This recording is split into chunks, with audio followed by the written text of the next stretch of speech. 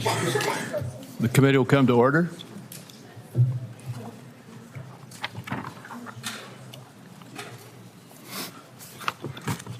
We are meeting today to consider the nomination of Robert F. Kennedy Jr. to be Secretary of the U.S. Department of Health and Human Services. We are still waiting to get all of our members here, and while we wait for that to occur, we will proceed with statements. And I will proceed first, then Senator Wyden, and then we will rotate from one side to the other until we are at a point where we're prepared for the vote. Does that fit with you, Senator Wyden? Sir. Mr. Kennedy, if confirmed, will have the opportunity to deliver much-needed change to our nation's healthcare system. He has spent his career fighting to end America's chronic illness epidemic and has been a leading advocate for healthcare transparency, both for patients and for taxpayers. Mr. Kennedy has also clearly responded to our questions during the rigorous due diligence process in his hearing also, and in the course of answering over 900 questions for the record that were asked by members of this committee. In response to members of the committee, Mr. Kennedy has even amended his ethics agreement, going beyond what is required by the Government Office of Ethics. Mr. Kennedy has proven his commitment to the role of Secretary of the HHS, and I will vote in favor of his nomination. I strongly encourage my colleagues on both sides of the aisle to do the same. And with that, I recognize our ranking member, Senator Wyden, for his remarks. Thank you very much, Mr. Chairman. I'll have a brief statement, and then several of my colleagues on our side are also going to make brief statements. This morning, we're going to vote on Robert Kennedy's nomination to serve as our nation's chief healthcare officer. Before we get to Mr. Kennedy, and why I believe he is singularly unfit to serve as HHS Secretary, I'd like to say this. The last several days we've witnessed an authoritarian takeover of our federal government by Elon Musk and Donald Trump. They have set their sights on a full purge of anyone in government that doesn't bend the knee and follow their orders. They've taken over the Treasury Department's payment system.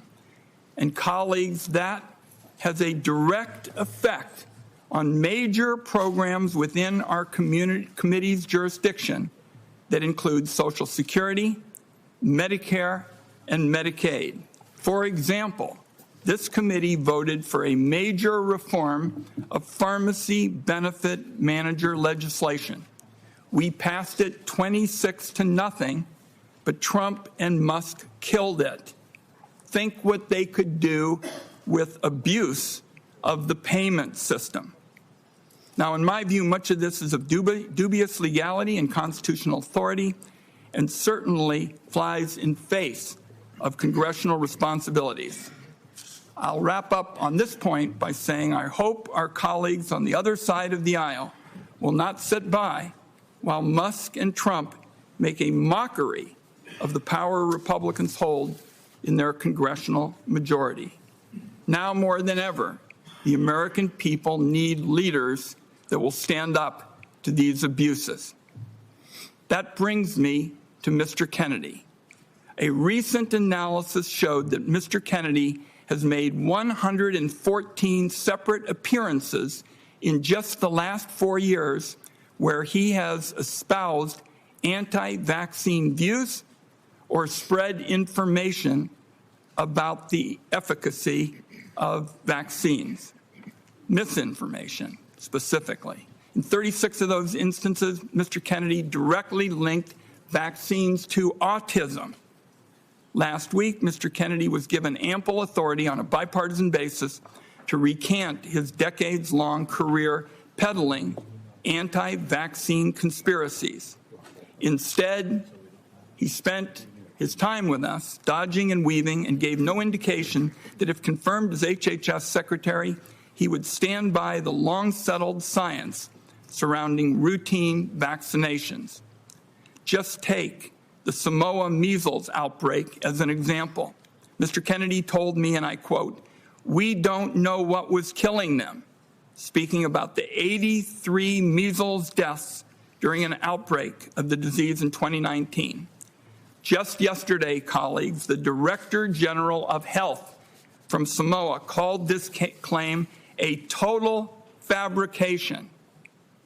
Peddling these conspiracy theories as the nation's chief health officer is going to be deadly for kids across the country. On abortion, Mr. Kennedy's answers once again raised still more questions. He refused to tell us whether he would blindly follow a directive from Donald Trump to break the law and end access to mifepristone.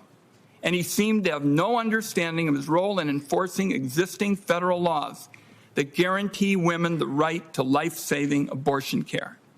Mr. Kennedy also failed on several occasions to show a basic understanding of the Medicare and Medicaid programs he would be tasked with overseeing. Colleagues, that alone should be disqualifying. Mr. Kennedy has given us no reason to believe he'll be anything other than a rubber stamp for plans to gut Medicaid and rip health care away from the American people, and be a yes man if ordered by Musk or Trump to take an illegal action.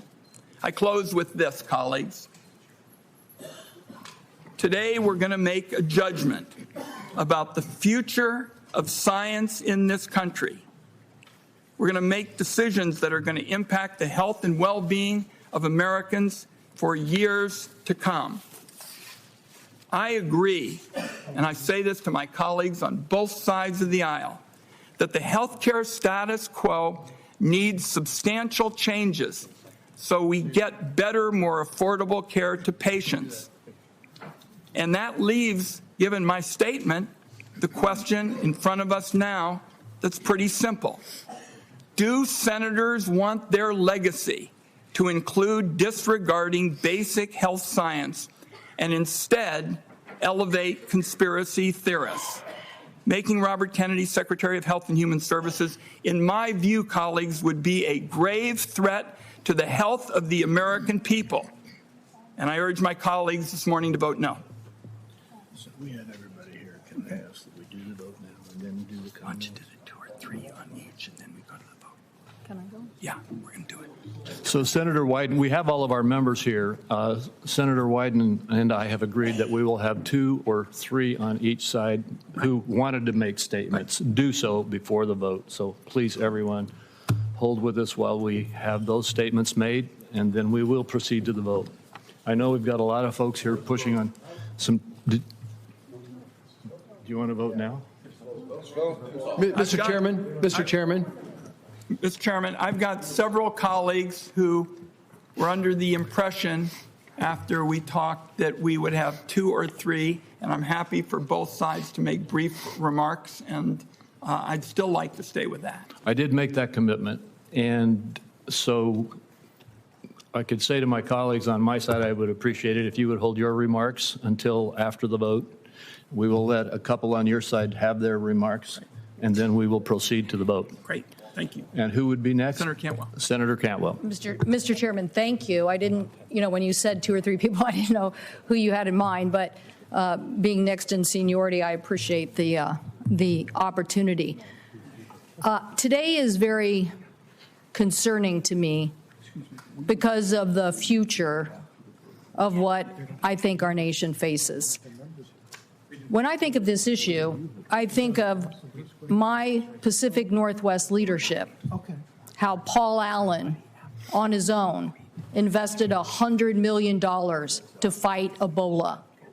I think of Bill Gates and the Gates Foundation, not just trying to eradicate polio and work on these issues, but to think of a regime that helps not just our nation's health, but global health. So with the UW, the University of Washington, the Cancer Research Center, all of these entities are a collaboration of saying we have to go faster in solving these threats to our nation as it relates to health.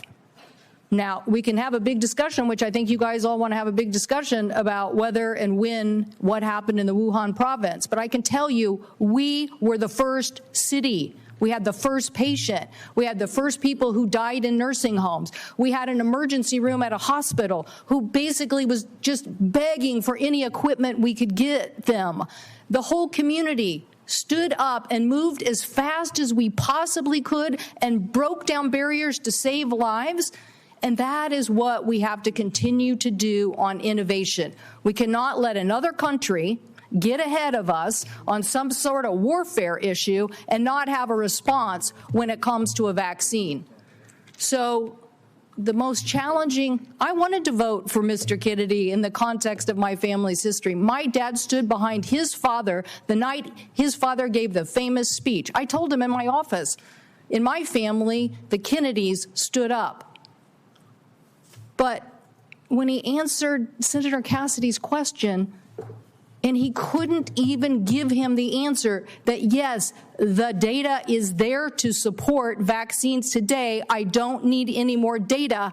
All of a sudden, I saw this world that we got affected by in Seattle not being stood up for. I need someone at HHS who is going to say we're going to be a leader in medical technology, science, vaccines. We are going to fight foreign powers. We are going to be there to provide global health. And I don't want a recalcitrant. I need a leader, and that is why I'm voting no. Thank you. Senator Wyden and I have agreed that Senator Warnock will now speak. Following Senator Warnock, we will proceed to the vote, and then anyone else who wants to make remarks will be allowed to make remarks. Senator Warnock. Thank you so very much, Mr. Chairman. At a rally a few months ago, Donald Trump said that he was going to allow Mr. Robert Kennedy to, quote, go wild on health. Go wild. Of all the things that I can think of that I'd like to see a Secretary of Health and Human Services do, go wild is not on the list. Mr. Robert Kennedy is manifestly unqualified for the job he seeks. And in both my live and written questions for the record, he failed to commit to protecting access to affordable health care, failed to commit to protecting the people who are protecting us. The problem that the CDC has is that every day these noble civil servants and workers protect us from dangers that we don't see. And often you don't get credit for protecting people from things that they don't see. I simply do not trust him to oversee the CDC. He's unqualified, and I dare say everybody here knows it. We need a serious person at the helm of the HHS, an agency responsible for about half of the health of about half of all Americans. Mr. Kennedy appears more obsessed in chasing conspiracy theories than chasing solutions to lower health care costs for working families in Georgia and to make sure that we are protected. The last thing we need is a dilettante dabbling in conspiracy theories at HHS. I cannot vote for a nominee who is not going to lower health care costs for Georgians, who is going to undermine basic science in public health, who puts his own interests above the health and the well-being of others. For the health and well-being of all of our families, the people who count on us, to think about them in these rooms of power. I urge all of my colleagues on both sides of the aisle to look past politics and think of country and to find the moral courage to do what's right. Oppose this nomination. Thank you, Senator Warnock. We now have not only a quorum, but all members of the committee are present. I move that the committee favorably report the nomination of the Honorable Robert F. Kennedy, Jr. of California to be Secretary of Health and Human Services. Is there a second? Second. There is a second. The clerk will call the roll. Mr. Grassley. Aye. Mr. Grassley, aye. Mr. Cornyn. Aye. Mr. Cornyn, aye. Mr. Thune. Aye. Mr. Thune, aye. Mr. Scott. Aye. Mr. Scott, aye. Mr. Cassidy. Aye. Mr. Cassidy, aye. Mr. Langford. Aye. Mr. Langford, aye. Mr. Daines. Aye. Mr. Daines, aye. Mr. Young. Aye. Mr. Young, aye. Mr. Barrasso. Aye. Mr. Barrasso, aye. Mr. Johnson. Aye. Mr. Johnson, aye. Mr. Tillis. Aye. Mr. Tillis, aye. Mrs. Blackburn. Mrs. Blackburn, aye. Mr. Marshall. Aye. Mr. Marshall, aye. Mr. Wyden. No. Mr. Wyden, no. Ms. Cantwell? No. Ms. Cantwell, no. Mr. Bennett? Mr. Bennett, no. Mr. Warner? Mr. Warner, no. Mr. Whitehouse? Mr. Whitehouse, no. Ms. Hassan? Ms. Hassan, no. Ms. Cortez-Masto? Ms. Cortez-Masto, no. Ms. Warren? No. Ms. Warren, no. Mr. Sanders? No. Mr. Sanders, no. Ms. Smith? No. Ms. Smith, no. Mr. Lujan? No. Mr. Lujan, no. Mr. Warnock? No. Mr. Warnock, no. Mr. Welch? No. Mr. Welch, no. Mr. Chairman? Chairman votes aye. Mr. Chairman, the final tally is 14 ayes, 13 nays.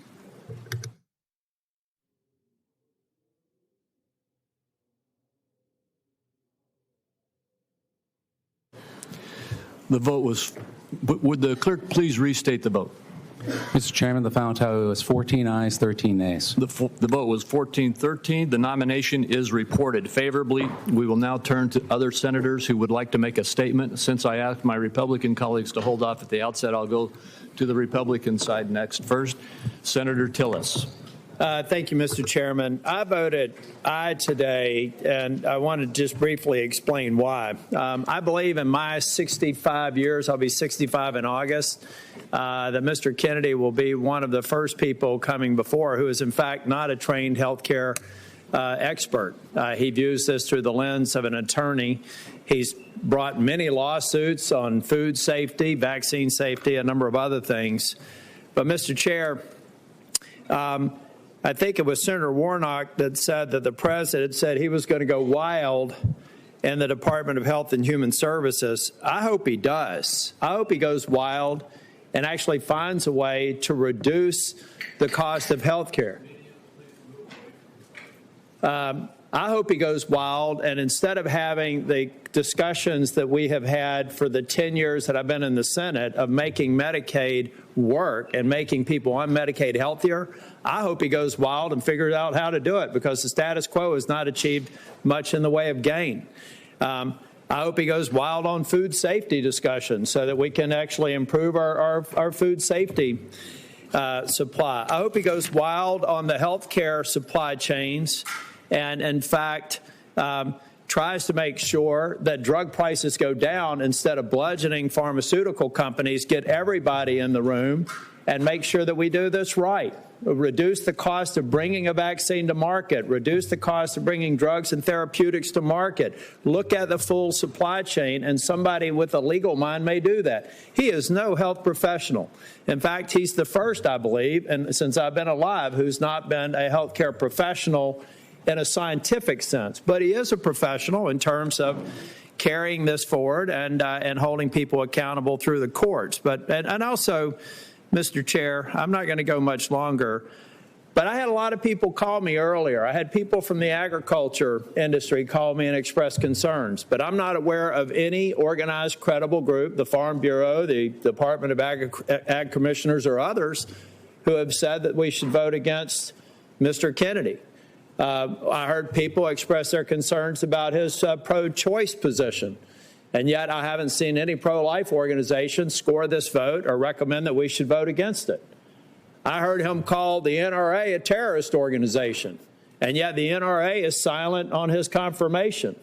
And so I've heard him say that GMOs are a concern. Hopefully we can convince him that not all GMOs are. It's feeding the world. Corn, drought-resistant strains of healthy vegetables will move on. Protein producers were mad about lawsuits were brought against them, but there's been no organized opposition against them. And so maybe it is time to have a different kind of disruptor there. The only way that the only way that Bobby Kennedy and I will get crosswise is if he does actually take a position against the safety of proven vaccines. That will be a problem for me. He answered a very important question to me during the hearing. I asked him specifically if it was his intent to let the scientists of the CDC, the NIH, BARDA, and other organizations to work independently. He said to me under oath that he would. If he fails to do that, that will be a concern for me and something I'll bring up in a future oversight hearing. But, Mr. Chair, we have not made appreciable progress in Medicaid and improving the health of the population on Medicaid. We have a SNAP program that does have too much sugar and things that are eligible in that program that should be eliminated to make these people who are on free and reduced lunch healthier. We need to stop having full trash cans in public school cafeterias full of stuff that the kids aren't eating, and figure out how those kids on free and reduced lunch actually have a healthier lifestyle. And so I, for one, think that it is time to put a disruptor in. It is time to put somebody in there that's going to go wild. But there are areas where I think that's exactly what we need. And there are areas of health and human services that if you touch the gold standard for the NIH and the CDC, then I'll have a problem with that nominee, and we'll bring that up during oversight. But it was for those reasons. And the fact is that there's not a single organization that I consider to be credible in this space, in agriculture, in Second Amendment, or in pro-life, who have openly objected and scored this vote.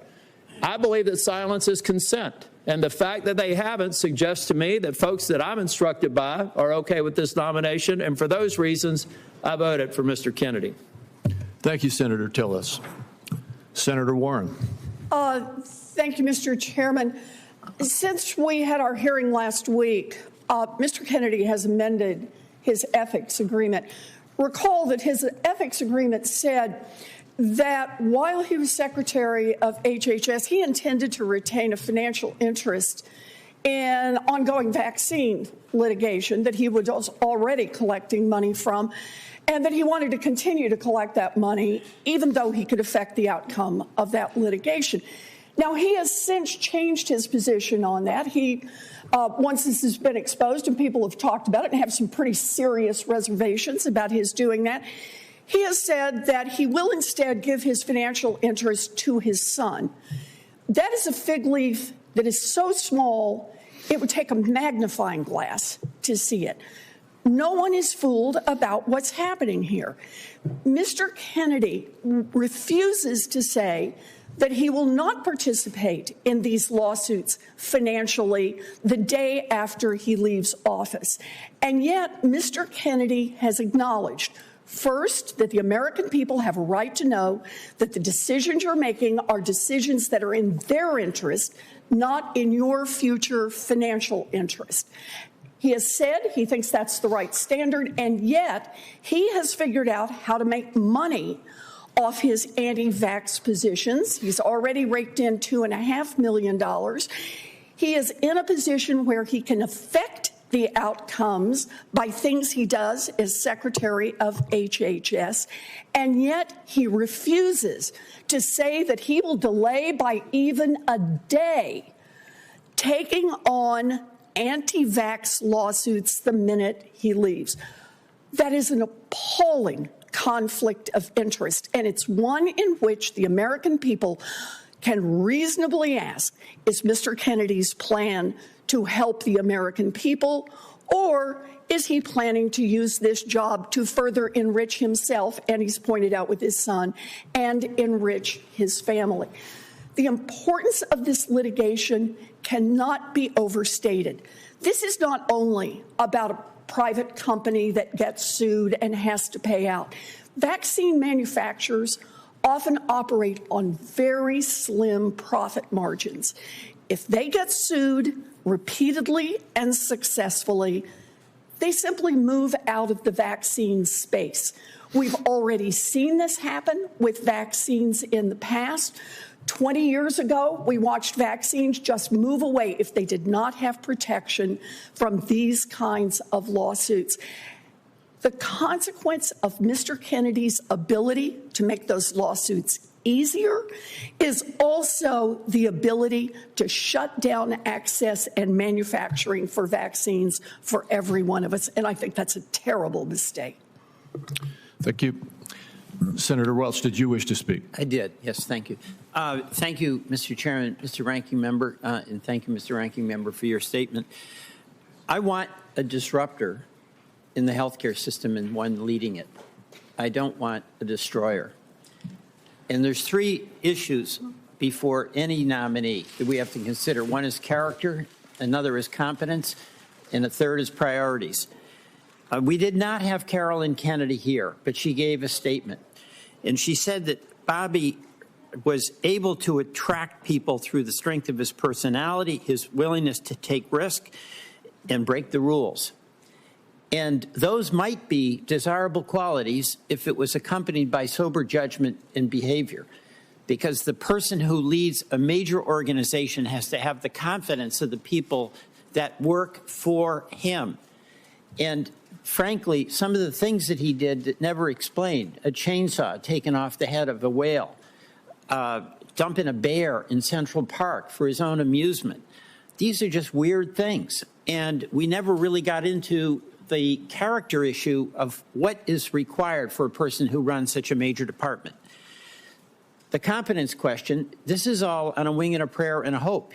There's no record of Mr. Kennedy having experience in managing a large organization in medicine, no experience with science, and none of the prior experiences required not only to run a major organization, Health and Human Services, but also the CDC, the NIH, and all the other organizations that are under the umbrella of healthcare. And by the way, on the competence issue, let's be candid. This was a deal where Mr. Kennedy was running for president as a Democrat. He lost, and he approached President Trump to make a deal. And for political reasons, the deal was made. And the appointment was going to be that he's Health and Human Services. The president has a right to make that deal. Mr. Kennedy can seek it, but it doesn't translate into competence. And the third is priorities. The priority for Mr. Kennedy is about the vaccines and his theory of that. And we need reliable vaccines and not a conspiracy theorist on that. But, you know, the healthcare system is not working for the American people. It is too costly. Our employers who care deeply about providing employer-sponsored health care can't afford these premiums. The folks who are getting their insurance on their own can't afford it. Even Obamacare is getting so expensive because the prices are escalating constantly with pharma expenses, with the providers having it, with private equity getting into health care. Mr. Kennedy's priority was about his view of vaccines. It was not about making health care more affordable and accessible.